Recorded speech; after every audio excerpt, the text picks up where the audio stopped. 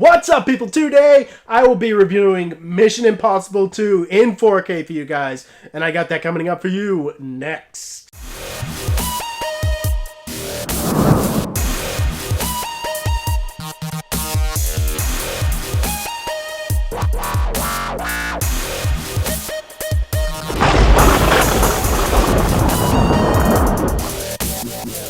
So all the Mission Impossible movies just came out in 4K in anticipation of Mission Impossible Fallout. I will be reviewing Mission Impossible 2 for you guys today. And getting into that, this is one that made the most amount of money out of pretty much any Mission Impossible movie, but is widely considered the most hated. And I actually kind of agree with some of the complaints about this movie. They basically took the fact that not a lot of people liked the plot of the first one just because it was impossible to follow, and now you can't miss it.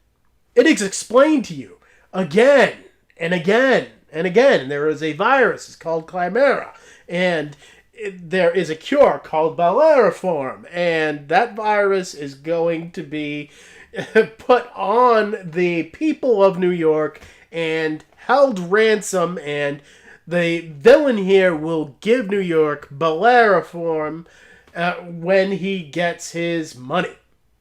That is told to us again and again and again and again. On top of that, this was actually directed by Hong Kong director John Woo.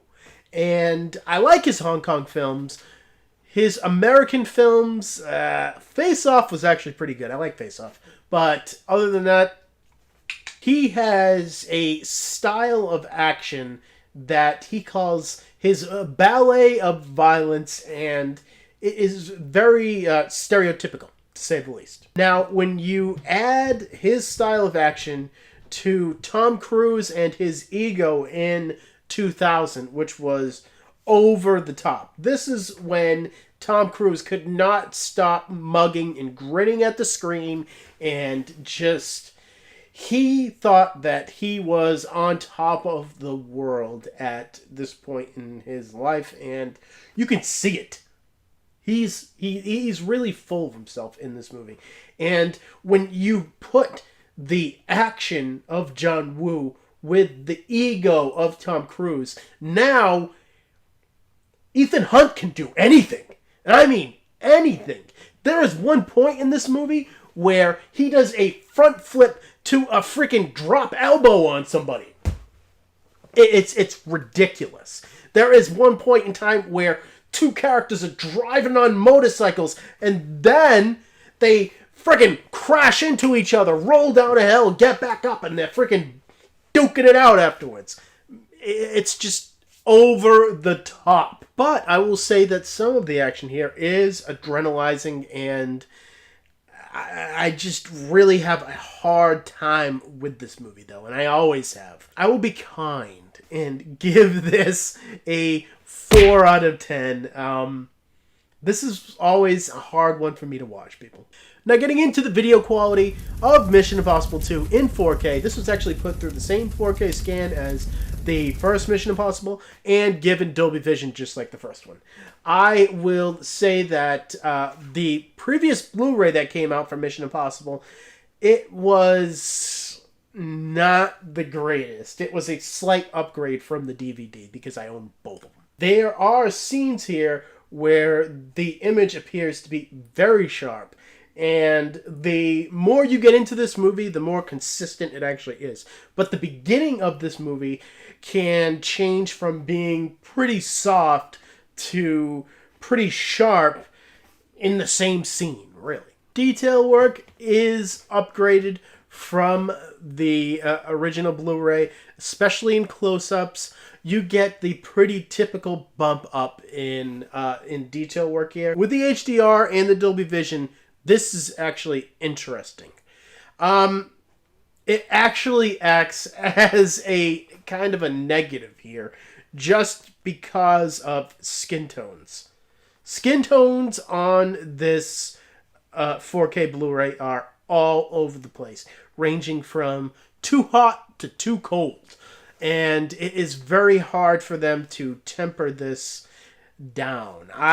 This is a case of too much tampering on a transfer and too much edge enhancements and too much messing with the quality of what was there to begin with. But this is an upgrade from Mission Impossible 2 on Blu-ray, and I will give this a 5 out of 10. This is a mixed bag, and hey, what are you going to do?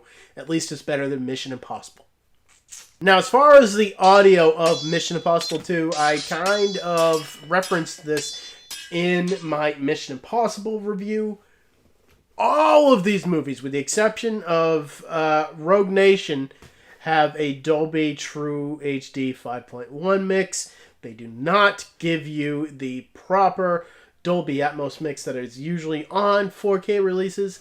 Come on, man! Come on! But at least this Dolby True HD 5.1 mix has a lot more going on than the first Mission Impossible. The surround speakers get a lot more use, and I feel like with John Woo's aesthetic of just being bombastic, it really gives this audio track a lot more to play with and a lot more room to breathe. This has deeper bass levels as well. It is just an overall more engaging mix that I am used to seeing on an action movie. And for that, I do have to give this a 6 out of 10 and say, hey, it was better than Mission Impossible. As far as the digital copy goes, this is a ultraviolet digital copy that at least allows you to access the 4K version on Vudu. And as far as special features here go, at least we do get audio commentary with John Woo that is specifically on the Blu-ray, along with about 3 featurettes that go into the action scenes in the film. And you get a music video from Metallica because they did a song for this movie as well. This is a perfectly fine amount of special features here, but unfortunately they are all on the Blu-ray and not on the 4K disc, even the audio commentary. And for that, I do have to give this a 5 out of 10. This is pretty standard. Now, getting into my last looks of Mission Impossible 2, this is a case of over-course correct for this entire movie. The plot is way too simple over and over and over again. Action is over the top, and even though Tom Cruise does his own stunts, you just don't believe that Tom Cruise can do it. And I mean, he comes across like a Terminator in this movie. Now, I just want to say, in the first movie, you know, he outran some explosions. He outran some, like a waterfall coming at him. It was all believable.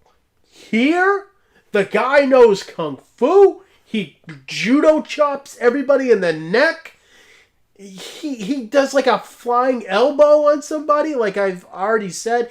And with the whole, like, end action scene that happens here on the motorcycles, damn, Tom, what can't you do? And when you add up all my scores for this 4K Blu-ray, you come out to a 19 out of 40.